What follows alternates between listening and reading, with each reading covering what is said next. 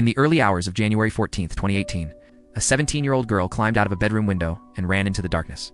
She had never stepped outside alone before. She didn't know what street she was on. She didn't even know what freedom truly meant. But that night, Jordan Turpin made a choice that would save 12 lives, including her own. This is the story of the Turpin family, a family that looked perfect on the outside. But inside their home was a house of horrors. To the outside world, David and Louise Turpin were the picture of quirky but devoted parents. They renewed their wedding vows in Las Vegas. They homeschooled their 13 children. They posted smiling photos on Facebook, matching outfits, wide grins. But what no one could see was the pain behind those smiles. Because inside the Turpin house in Paris, California, the children were starving, shackled to beds, beaten, isolated, and forgotten by the world. The home was a prison. David and Louise were the wardens. The children weren't allowed to bathe, ain't allowed to play, weren't allowed to speak to outsiders.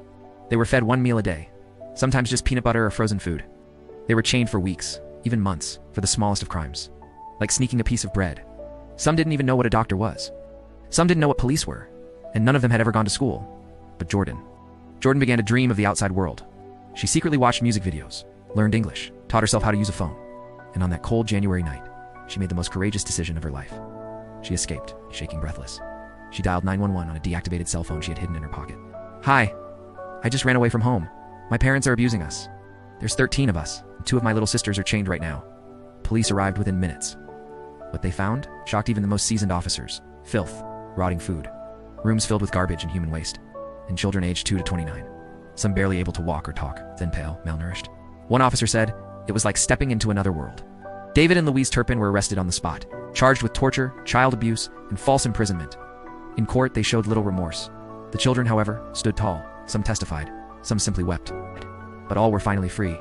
In 2019, David and Louise were sentenced to life in prison with the possibility of parole after 25 years.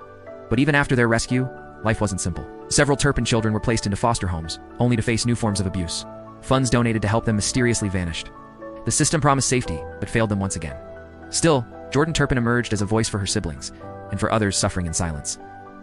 She appeared on national television. She told her story, not for fame, but for justice. From darkness to light, the Turpin children are still healing, still learning what it means to be free, still discovering life beyond chains. But one thing is clear. If not for the bravery of a 17-year-old girl, this story may have ended very differently. If you believe in hope, in courage, and in breaking the cycle of abuse, share this story. Let the world know what silence can hide. Don't forget to subscribe for more powerful true crime stories that demand to be heard.